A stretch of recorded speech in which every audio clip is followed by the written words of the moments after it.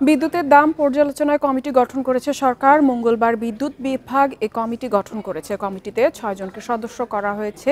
Green university of বাংলাদেশের অধ্যাপক মোহাম্মদ কামরুল আহসানের নেতৃত্বে এ কমিটি গঠন করা হয়েছে। উচ্চ পর্যায়ের কমিটি বিদ্যুৎ জ্বালানির বিশেষ বিধান বা দায়মুক্তি আইনের আওতায় নির্মিত বিদ্যুৎ কেন্দ্রগুলোর ক্রয় চুক্তিতে অসঙ্গতি খুঁজে বের করে এ সংক্রান্ত সুপারিশ করবে। পাশাপাশি বিশেষ আইনে করা ফার্নেস তেল ভিত্তিক কেন্দ্রগুলোর বিদ্যুতের দাম পর্যালোচনা করে তা কমানো যায় কিনা সে সুপারিশও করবে। বিদ্যুৎ বিভাগের অফিস আদেশে বলা হয়েছে, কমিটিতে প্রয়োজনীয় অভিজ্ঞ কোনো সদস্যকে অন্তর্ভুক্ত করার সুযোগ রয়েছে। জ্বালানি ও বিদ্যুৎ দ্রুত সরবরাহ বৃদ্ধি আইনের আওতায় ৯১টি বিদ্যুৎ কেন্দ্র নির্মিত হয়েছে কোনো ধরনের দরপত্র আহ্বান ছাড়াই।